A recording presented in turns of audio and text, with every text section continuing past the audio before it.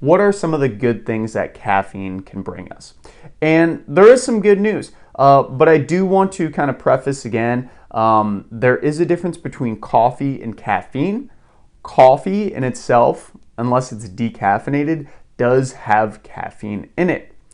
But most of the research done on the overall complacency of caffeine on our overall health has been done in people who drink coffee, and coffee actually has health benefits that are independent of caffeine.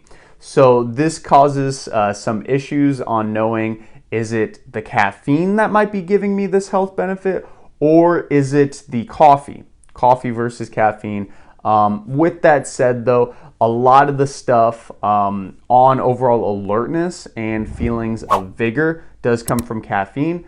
Some of the other health benefits on longevity might be more steered towards coffee, but I just wanted to kind of preface that a lot of the research on what this does for us is done in coffee. So again, the benefits are user dependent, and some people might get these benefits from drinking just a little bit of coffee. Some people are going to need a lot of caffeine or coffee. And the first benefit I wanted to throw out there, and this is going to shock some people, is actually improved sleep. And you might be thinking, what in the world, Logan? Like, no way. I've heard that caffeine is terrible for my sleep. And it could be. But if you time caffeine at the right dose during the day, it actually can help you sleep. Caffeine can actually raise your cortisol level. And cortisol is what we know as a stress hormone. In the morning, your body releases a lot of cortisol to help you wake up and become more alert and get your day ready. And caffeine can actually help to raise cortisol.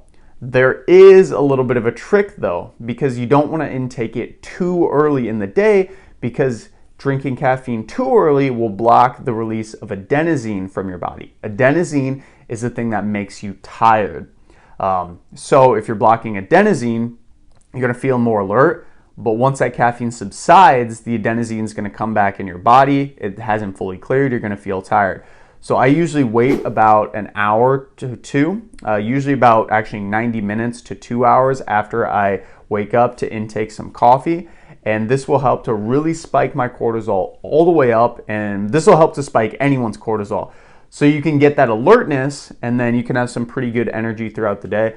Once your cortisol is high, especially at the beginning, this can really help your ultimate circadian rhythm or your body clock to kind of tell you that, hey, this is when I'm alert. And then later in the day, that cortisol is going to slowly lower because you spiked it really high right in the morning with the assistance of coffee and some other things you could do. Bright light's a great one, specifically sunlight.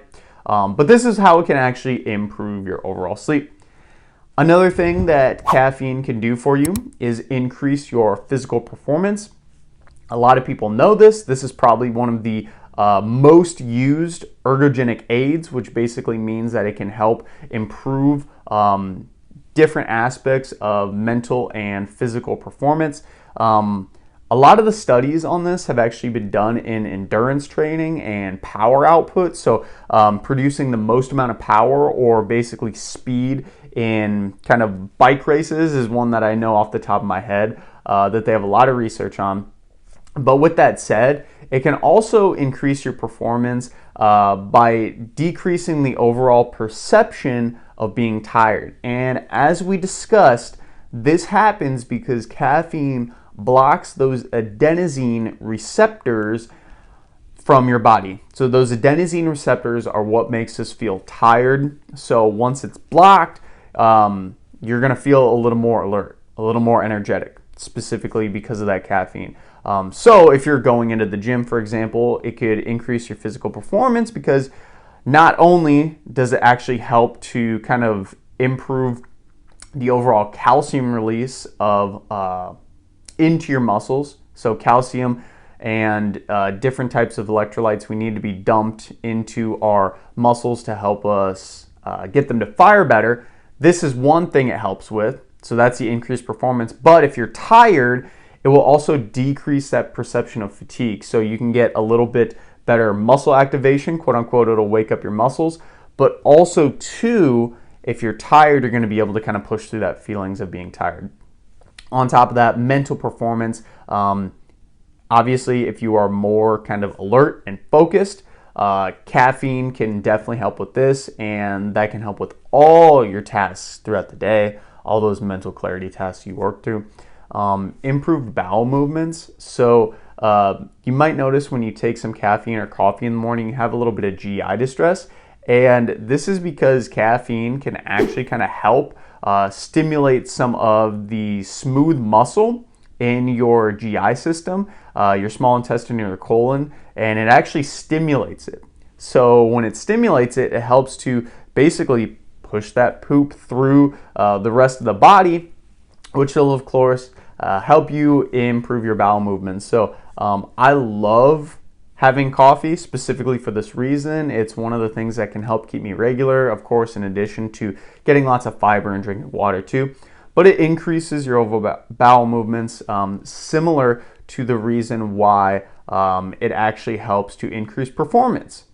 That calcium that caffeine can kind of help to promote and push into the muscle, not only is your skeletal muscle, it's for all the muscle. Your cardiac muscle, your heart, your smooth muscle, as in your digestive system.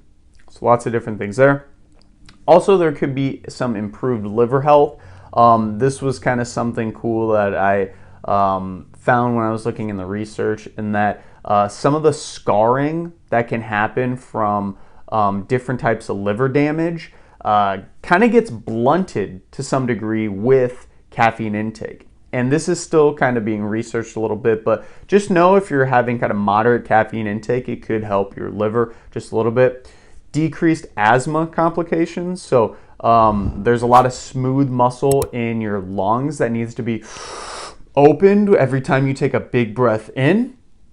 And since we just discussed that smooth muscle can be stimulated to be opened better, in addition to all the muscle gets fired better.